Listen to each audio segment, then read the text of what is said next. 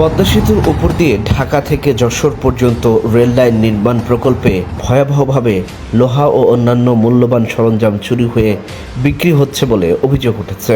গত এক বছরে প্রায় 70 থেকে 80 কোটি টাকার লোহা চুরি ও বিক্রির প্রমাণ মিলেছে। স্থানীয় সূত্র জানায় এই চুরির পেছনে রয়েছে ঢাকা জেলা দক্ষিণ ছাত্র দলের সভাপতি পাবেল মোল্লা, থানা ছাত্র দলের সদস্য সচিব জুয়েল, যুব দলের সাংগঠনিক সম্পাদক অয়ন ইসলাম রনি, ইউনিয়ন যুব দলের সাধারণ সম্পাদক জাকির দেওয়ান, শ্রমিক দলের নেতা সোবাহান সহ বিএনপি ও সহযোগী সংগঠনের একদল নেতাকর্মী। তাদের সঙ্গে যোগ সাজসে রয়েছে আইনশৃঙ্খলা রক্ষাকারী বাহিনীর কিছু সদস্য এবং চায়না প্রকল্পের নিরাপত্তা কর্মীরা। প্রকল্পটি বাংলাদেশ সরকার ও চীনের মধ্যে G2G চুক্তির আওতায় পরিচালিত হচ্ছে। কাজ শেষ হওয়ার কথা ছিল 2024 সালে, কিন্তু গত বছরের 5 আগস্টের পর থেকে কাজ বন্ধ হয়ে যাওয়ায় প্রকল্প এলাকার বিশাল অংশে ফেলে রাখা লোহা এখন চোরদের টার্গেটে পরিণত হয়েছে। কেরানীগঞ্জের কাজিরগাঁও এলাকায় অবস্থিত CRCর সাইড অফিস ও গোডাউনের ভেতরে নিচ্ছিদ্র নিরাপত্তা বলয় থাকলে প্রতিদিন রাতের আধারে 3 থেকে 5 ট্রাক ভর্তি লোহা কেটে নেওয়া হচ্ছে।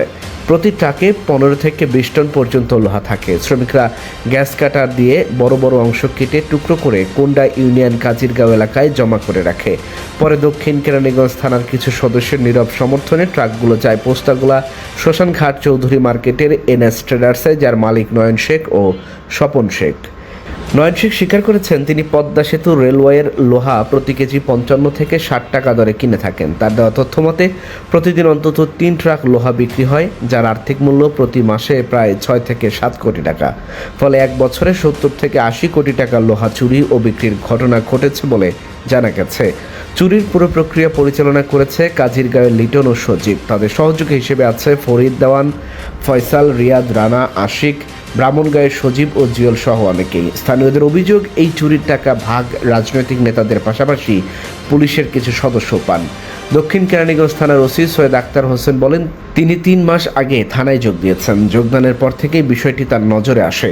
তার তথ্য অনুযায়ী কখনো কখনো দিনে 10 থেকে 12 ট্রাক পর্যন্ত লোহা বের হয়। তিনি সেনা সদস্যদের সঙ্গে আলোচনা করে কিছু এলাকায় সিসি ক্যামেরা বসিয়েছেন, তবে এখনও চুরি বন্ধ হয়নি। ঢাকা জেলা দক্ষিণ ডিবির ওসি সাইদুল ইসলাম জানান, 2024 সালের এপ্রিলে 2 ট্রাক চুরি হওয়া লোহা সহ 5 জনকে গ্রেফতার করা হয়েছিল। লিটন, সজীব, উলফাত, রানা, মোহাম্মদ ফজলুল হক ও আশিক দেওয়ান বর্তমানে তারা জামিনে রয়েছেন। প্রকল্পের সাবেক সিকিউরিটি ইনচার্জ শাকানুর হাসান বলেন, ঘটনার পর চায়না প্রকল্প কর্তৃপক্ষ পুরা নিরাপত্তা টিম পরিবর্তন করেছে।